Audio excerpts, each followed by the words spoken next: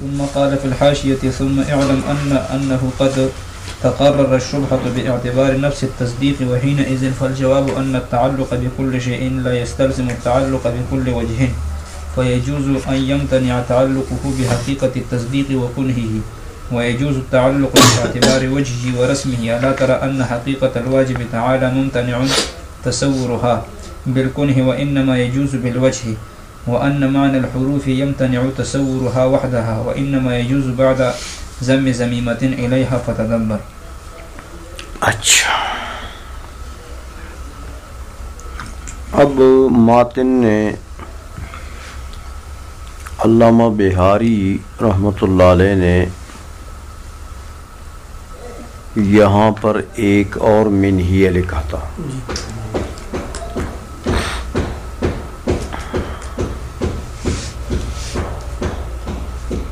وہ منہیہ انہوں نے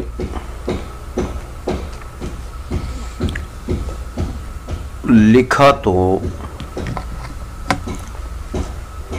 اس مقام کی تشریح اور وضاحت کے لیے. یہ جو انہوں نے کہا تھا نا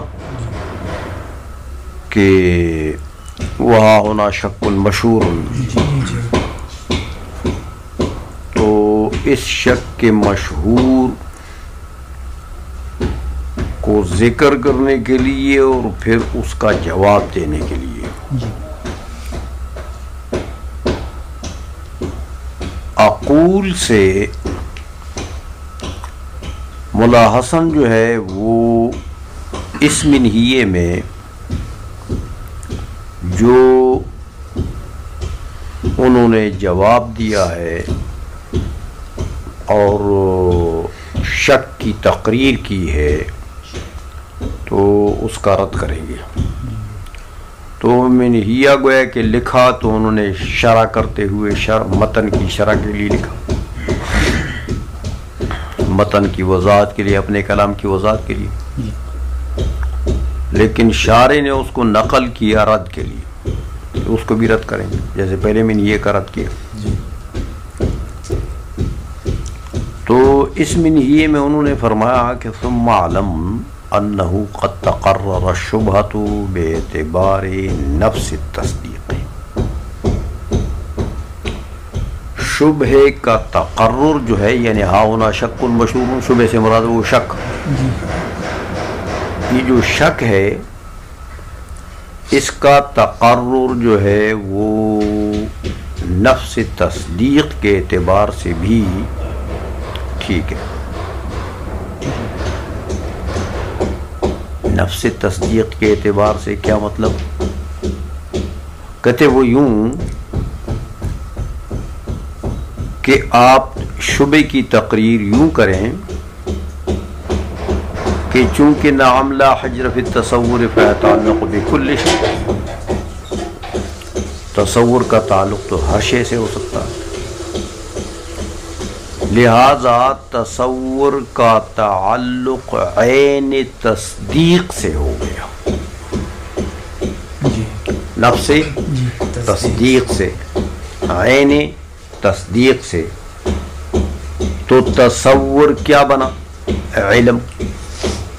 تصدیق کیا بنی؟ معلوم. سمجھائیے. اچھا، اور دوسرا مقدمہ آپ کا کیا تھا کہ علم معلوم متحد بالذات ہوتے ہیں. سمجھائیے. تو نتیجہ کیا آیا کہ تصور اور تصدیق متحد بالذات ہو گئے. حالانکہ تم نے قانون کیا بنایا تھا کہ ہما نوعان متباینان من الادراک، کہ وہ تو نوعین متباینین ہیں. تو تم تو نوعین متباینین مانتے ہو، حالانکہ لازم آ گیا کہ ان کے آپس میں اتحاد بالذات ہے. یہ شبہ ہو گیا. سمجھ گئے ہو کہ جن چیزوں میں تم تباین مانتے ہو نوعی، ان میں اتحاد بالذات لازم آ گیا. تو عین تصدیق کے اعتبار سے اس طریقے سے گویا کہ شبہ کی تقریر ہوئی ہے. ماتن نے یہ وضاحت کر دی ہے، اس لیے کہتے ہیں ثم قال فی الحاشیۃ ثم علم انه قد تقرر شبهۃ باعتبار نفس التصدیق. ہاں شبے کا تقرر جو ہے وہ نفس تصدیق کے اعتبار سے بھی ہے.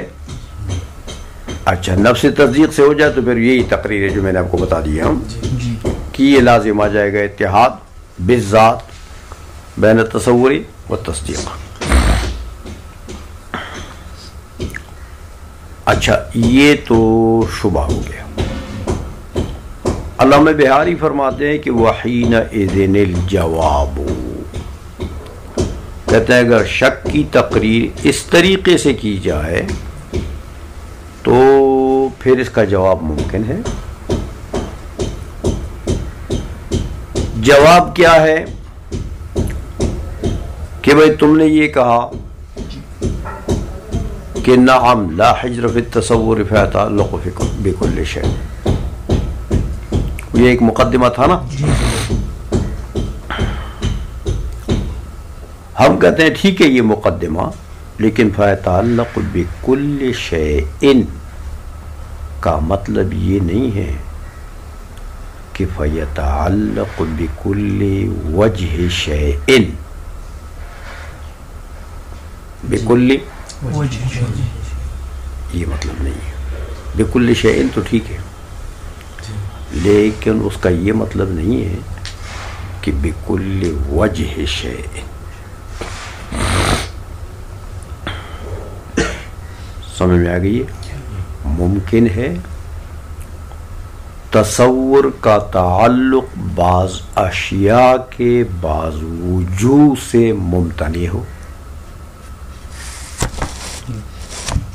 تصور ان اشیاء کے بعض وجوہ کے ساتھ تعلق نہ رکھ سکے تو فیتعلق بکل شیء کا مطلب یہ نہیں ہے کہ فیتعلق بکل وجہ شیء، ہر وجہ سے اس کا تعلق ہوگا. سمجھائیے، یعنی شے کے وجوہ ہوں گے 4. ہاں شے کے وجوہ ہوں گے 4، بالکنہا بکنہی بالوجہ بوجہی.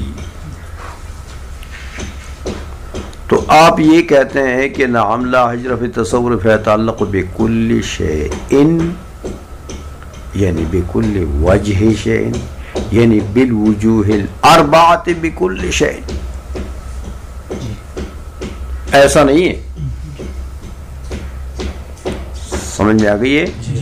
بکل شیء تو ٹھیک ہے، لیکن بکل وجہ شیء نہیں ہے. تو ہم کہتے ہیں دیکھو ممکن ہے کہ تصور کا تعلق تصدیق کے ساتھ جو تم نے کہا بالکنہا اور بکنہی ہی جائز نہیں ہے.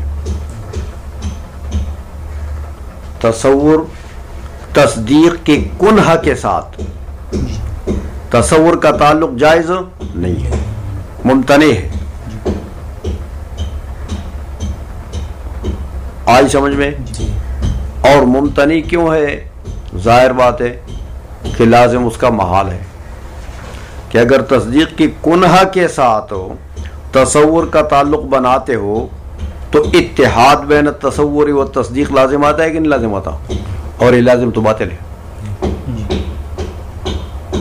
یہ لازم تو باطل ہے. تو فالملزوم تو اس کی کنہا کے ساتھ اس کا تعلق کیا ہے؟ محال. تصور کا تعلق تصدیق کی کنہا کے ساتھ، کیوں کہ اگر تعلق پکڑتا ہے تصور ادھر تو لازم آتا ہے کیا؟ اتحاد بالذات بین التصور و تصدیق. تو ان دونوں میں اتحاد بالذات ہے. یہ تو ہما نوعان متباینہ، ان میں تو تباین نوعی ہے، تو لازم باطل. فالملزوم مثلہ، لہذا تصدیق کی کنہا کے ساتھ تصور کا تعلق ممکن نہیں ہے، ممتنع ہے، کہ اس کا لازم باطل ہے، اس کا لازم محال ہے. تو محال محال کو مستلزم ہوتا ہے نا، ممکن محال کو مستلزم ہوتا ہے، ممکن سے تو محال لازم نہیں آتا. بات سمجھ میں آ گئی ہے؟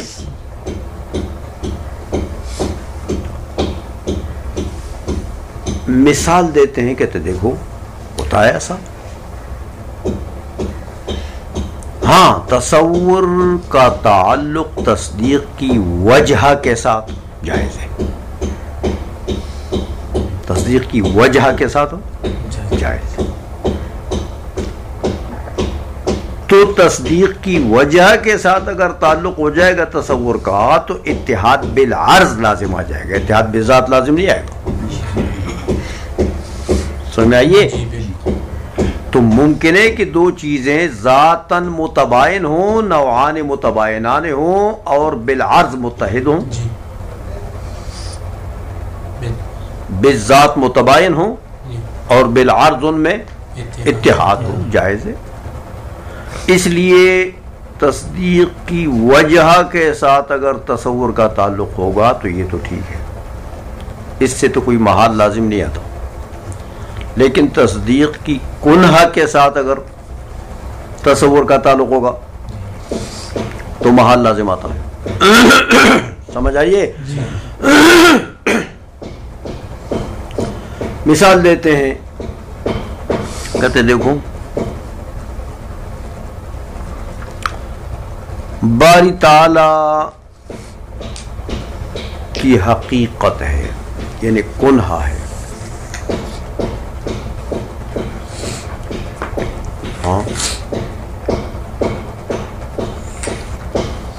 باری تعالی کی کنہا اور حقیقت کے ساتھ تصور کا تعلق کیا ہے؟ ممتنع.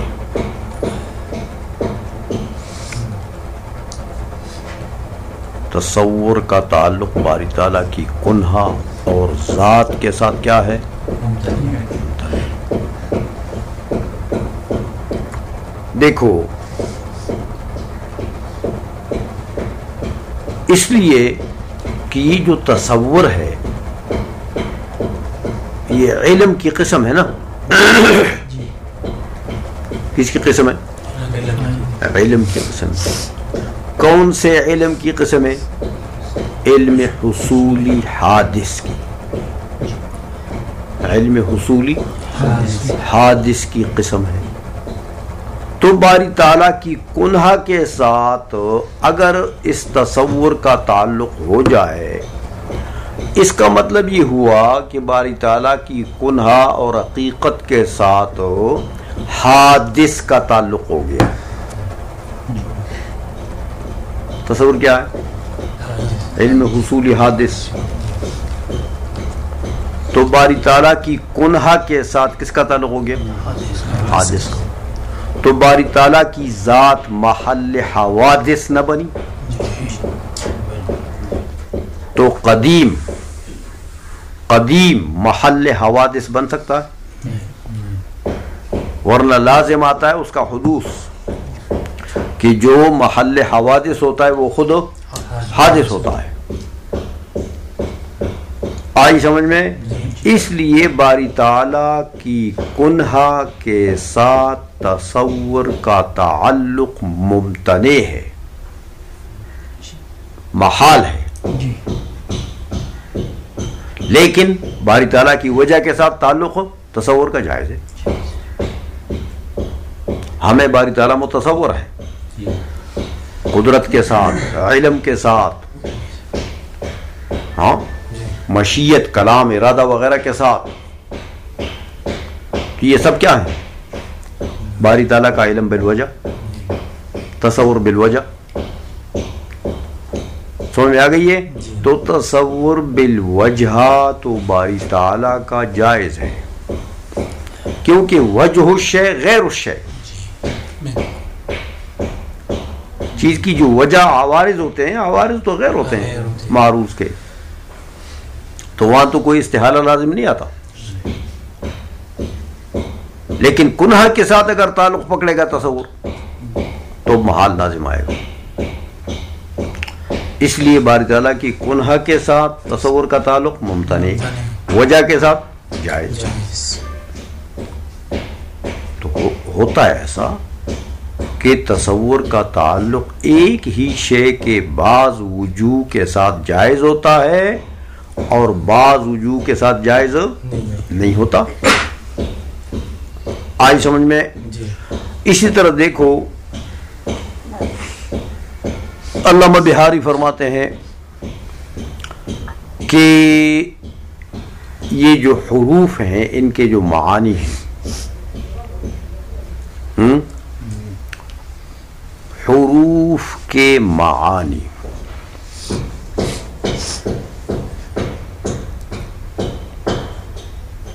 ان حروف کو دیکھو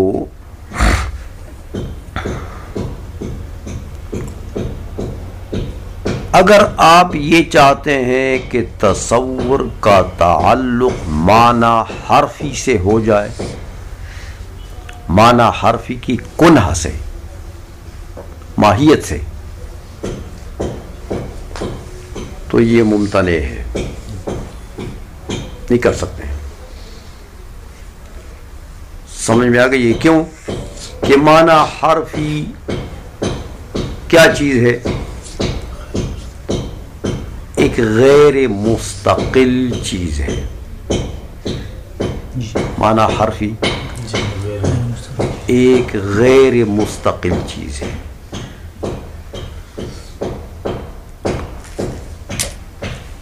یعنی یوں سمجھو کہ اس کا وجود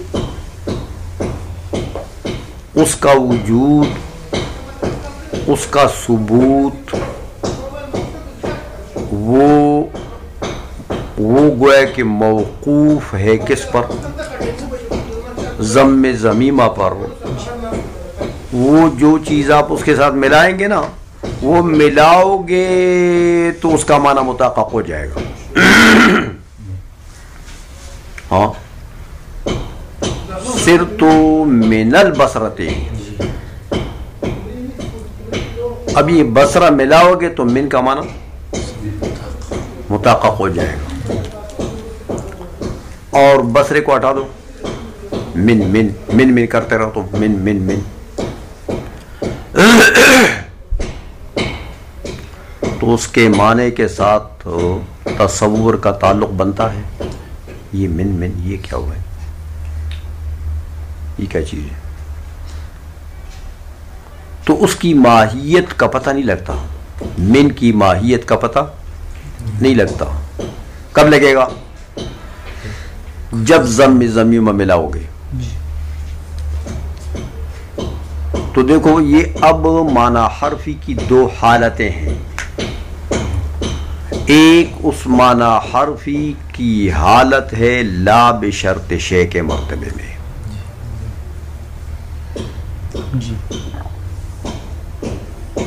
من حیث ہوا معنی حرفی من حیث ہوا، اس مرتبے میں تو تصور کا تعلق اس کے ساتھ ممتنع ہے. یہ اس کے کنہا کا مرتبہ ہے، ماہیت کا مرتبہ ہے. لیکن ایک اس کے بے شرط شے کا مرتبہ ہے، معنی حرفی کا بے شرط شے کا مرتبہ، کہ آپ اس کے ساتھ ضمیمہ ملا دیں تو بے شرط شے کے مرتبے میں تصور کا تعلق اس کے ساتھ صحیح ہے اور اس کا معنی متبین بھی ہو جاتا. آئی سمجھ میں؟ تو ایسا ہوتا ہے کہ ایک ہی شے کے ساتھ تصور کا تعلق ایک وجہ سے تو جائز ہے اور دوسری وجہ سے جائز نہیں ہے. لہذا یہ دو مثالیں ماتن نے دے دی علامہ بہاری نے حاشیہ میں کہ نعم لا حجر فی التصور فیتعلق بکل شیء، ٹھیک ہے، لیکن لا من کل وجہ. سمجھ میں آئیے؟ تو یہ مطلب ہے، یہ گویا کہ انہوں نے جواب دے دیا منہیہ میں اس شک کا. اگر اس تقریر سے شک اگر عین تصدیق کے طریقے سے ہو جائے تو پھر اس کا جواب علامہ بہاری نے دے دیا ہے. آئی سمجھ میں؟ ترجمہ کرو. کہتے وحینئذ فالجواب، اگر نفس تصدیق کے اعتبار سے اعتراض ہو تو پھر جواب یہ ہے کہ ان التعلق بکل شیء لا یستلزم التعلق بکل وجہ. تعلق بکل شیء جو ہے یہ تو ملزوم نہیں ہے، اس کو لازم نہیں ہے تعلق بکل وجہ، یہ اس کو لازم نہیں ہے. اچھا، فَيَجُوزُ أَن يَمْتَنِعَ تَعَلُّقُهُ بِحَقِيقَةِ التَّصْدِيقِ وَكُنْهِهِ. کہتے جائز ہے کہ تصدیق کی حقیقت اور تصدیق کی کنہ کے ساتھ تصور کا تعلق جائز نہ ہو، ممکن نہ ہو، ممتنع ہو. وَيَجُوزُ التَّعَلُّقُ بِاعْتِبَارِ وَجْهِهِ وَرَسْمِهِ، اور تصور کا تعلق تصدیق کے ساتھ وجہ اور رسم کے اعتبار سے جائز. سمجھائیے؟ اچھا، اب اس کے لیے مثالیں دیتے ہیں. کہتے دیکھو، اللہ تعالیٰ دیکھتے نہیں ہو کہ ان حقیقت الواجب تعالی ممتنع تصورها بالکنہ، کہ ماہیت جو ہے باری تعالیٰ کی، ہاں تصور بالکنہ اس کی ممتنع ہے. وانما یجوز بالوجہ، البتہ بالوجہ جائز ہے. اسی طرح وان معنی الحروف یمتنع تصورها وحدها، یعنی ماہیت کے مرتبے میں، لا بشرط شے کے مرتبے میں، وحدہ کا یہ مطلب ہے، یہ ممتنع ہے. وَإِنَّمَا يَجُوزُ بَعْدَ ضَمِّ ضَمِیمَةٍ إِلَيْهَا. سمجھائیے کہ بعد ضم ضمیمہ بشرط شے کے مرتبے میں جائز ہے. تو دیکھو، ببعض الوجوہ تصور جائز، ببعض الوجوہ ناجائز. تو یتعلق بکل شیء، ان کا مطلب یہ نہیں ہے کہ یتعلق بکل وجہ. آئی سمجھ میں؟ یہ تو جواب دیا علامہ بہاری نے. لیکن دیکھو بھائی،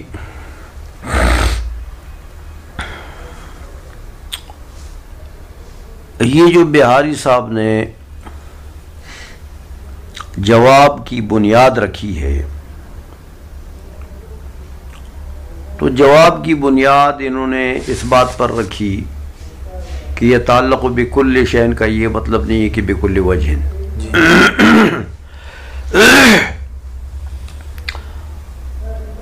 اور پھر مثالیں پیش کی باری تعالیٰ کی ذات کی کہ باری تعالیٰ کی کا تصور بالکنہ ممتنع ہے، بالوجہ جائز ہے. معنی حروف، معنی حرفیہ کی بالکنہ ممتنع ہے ماہیت کے مرتبے کی، اور ضم ضمیمہ عوارض کے مرتبے میں جائز ہے، یعنی بالوجہ جائز. یہ مثالیں دی انہوں نے.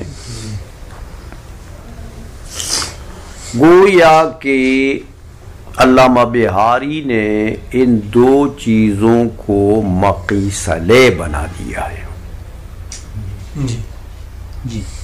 ان دو چیزوں کو مقیس علیہ بنا دیا کہ تصور کا تعلق تصدیق کی کنہ کے ساتھ ممتنع ہے. کیسے ممتنع ہے؟ جیسے باری تعالیٰ کی کنہ کے ساتھ ممتنع ہے، جیسے معنی حرفی کے کنہ کے ساتھ ممتنع ہے.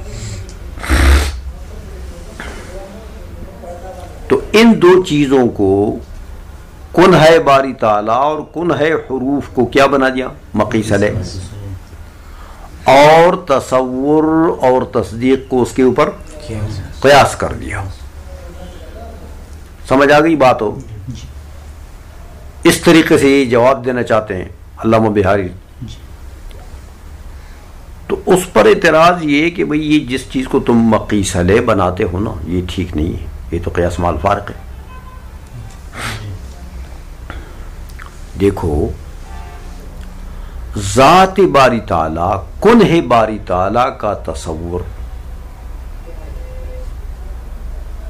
کنہ باری تعالیٰ کے ساتھ تصور کا تعلق نہ پکڑنا،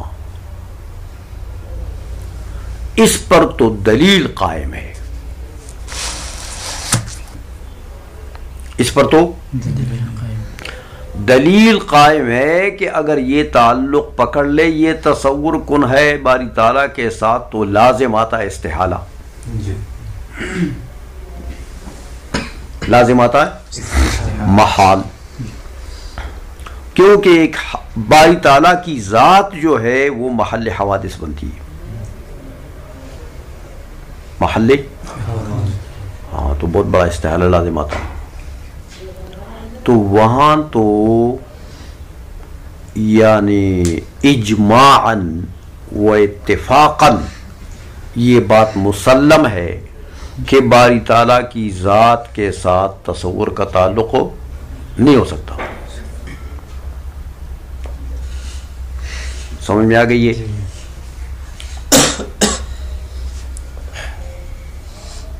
پھر یہ کہ دیکھو میرے بھائی، باری تعالیٰ کی ذات جو ہے یہ ذات واجبہ ہے، ذات واجبہ ہے۔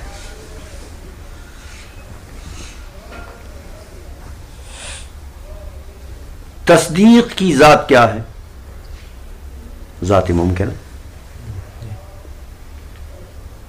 سمجھ آئیے؟ تو تم کہتے ہو کہ بھائی تصدیق کی ماہیت اور ذات کے ساتھ تصور کا تعلق ایسا ہے ممتنع جیسے باری تعالیٰ کی ذات کے ساتھ ممتنع ہے۔ تو باری تعالیٰ کی ذات کیا ہے؟ ذات واجبہ۔ تصدیق کی ذات کیا ہے؟ تو ممکنات کو واجبات پر قیاس کیا جا سکتا ہے۔ سمجھ میں آ گئی ہے؟ اس لیے وہ تو مقیس علیہ ممکنات کے لیے بن ہی نہیں سکتی، واجبات تو ممکنات کے لیے مقیس علیہ بن نہیں سکتے۔ آپ نے پڑھا ہے کہ مقیس علیہ کے لیے ضروری ہے، کیا ضروری ہے؟ کہ اس میں اس مثل نسوا وہ مثل ہو، کس بات میں مثل ہو؟ وہ علیت میں۔ سمجھ آئیے کہ وہ جو منصوص، جو مقیس علیہ ہے، منصوص علیہ ہے، اس کے اندر ویسی علت پائی جائے جیسے وہی علت پھر جا کر کدھر پائی جائے؟ اس کی مثل مقیس میں پائی جائے۔ تو مقیس علیہ میں کیا ہوتا ہے؟ مماثلت۔ کس بات میں؟ علیت میں، وجود علت میں۔ تو واجب اور ممکن میں مماثلت ہو سکتی ہے؟ آئی سمجھ میں؟ اس لیے واجبات مقیس علیہ نہیں بنا کرتے۔ تو واجبات کے اوپر قیاس کرنا، تصور اور تصدیق کو، یہ قیاس مال فارق ہے۔ آئی سمجھ میں؟ ایک دوسرا یہ کہ دیکھو یہ جو دوسری مثال تم نے دی ہے معنی والی، وہ معنی حرفی جو ہے وہ کیا چیز ہے؟ وہ ایک غیر مستقل چیز ہے۔ وہ ایک گویا کہ یوں سمجھیں کہ وہ وجود رکھتا ہی نہیں ہے، اس کا وجود ہے ہی نہیں بدون ضم ضمیمہ۔ تو جس کا اپنا وجود ہی نہیں ہے اس کے ساتھ کوئی اور تعلق پکڑ سکتا ہے؟ قیام العرض بالعرض جائز ہے؟ تصور کا تعلق اگر اس کے ساتھ بنے گا تو تصور اس کا عارض بنے گا نا، تو وہ خود کیا ہے؟ اس کا تو خود وجود نہیں ہے بیچارے کا، اپنے وجود میں دوسرے کا محتاج ہے۔ تصور کا قیام اس کے ساتھ جائز ہے؟ نہیں.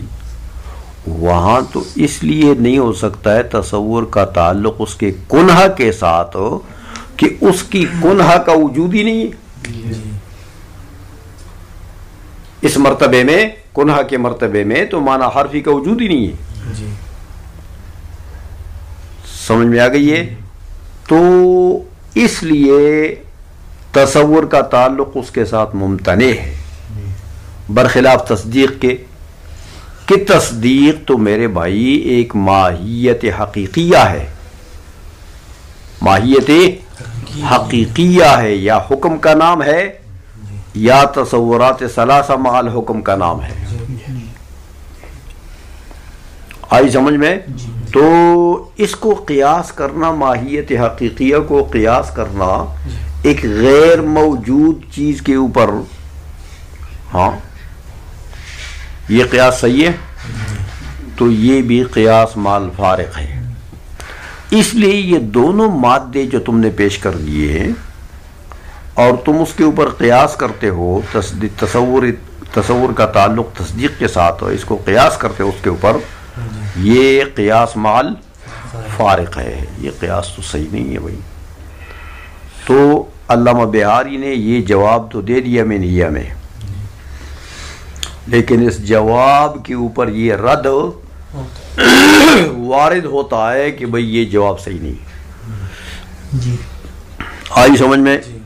اچھا، تو لیکن توجہ کریں، اس جواب کا بھی جواب ہے. یہ جو رد ہم نے کیا نا، ذکر کیا کہ بھئی یہ قیاس مال فارق ہے،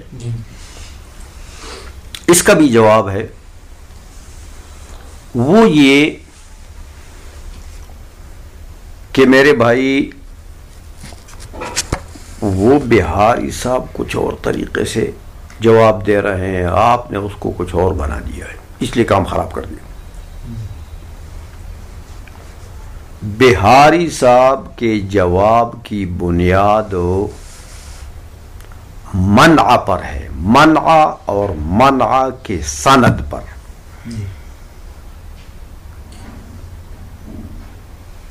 بہاری صاحب یہ کہنا چاہتے ہیں کہ میں نہیں مانتا کہ تصور کا تعلق تصدیق کی ماہیت سے ہو سکتا ہے، میں نہیں مانتا.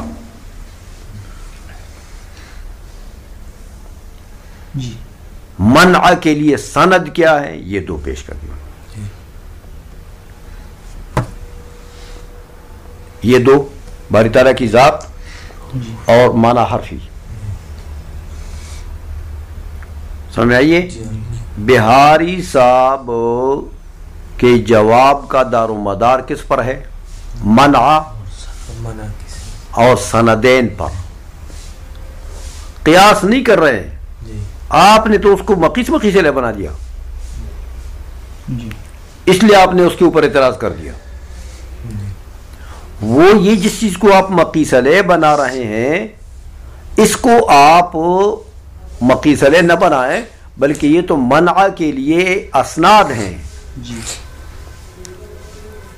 منع کے لیے انہوں نے دو سندیں پیش کی ہیں. تو دیکھو، منع جو ہے مناظرے کا، علم مناظرے کا قانون ہے کہ منع کے لیے معنی پر سند پیش کرنا ضروری نہیں ہے. پیش کیا تو اس کا تبرع ہے، اس کا احسان ہے،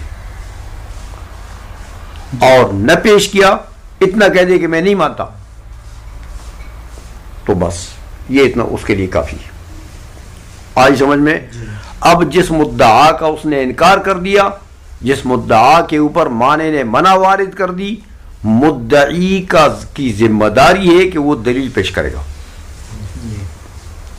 تو جو اس بات کا مدعی ہے کہ تصور کا تعلق تصدیق کی ماہیت سے ہو سکتا ہے، وہ دلیل پیش کرے.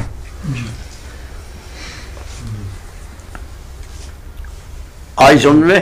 تو علامہ بہاری کہ جواب کا وحین اذن الجواب، اس جواب فل جواب کا دار و مدار کس پر ہے؟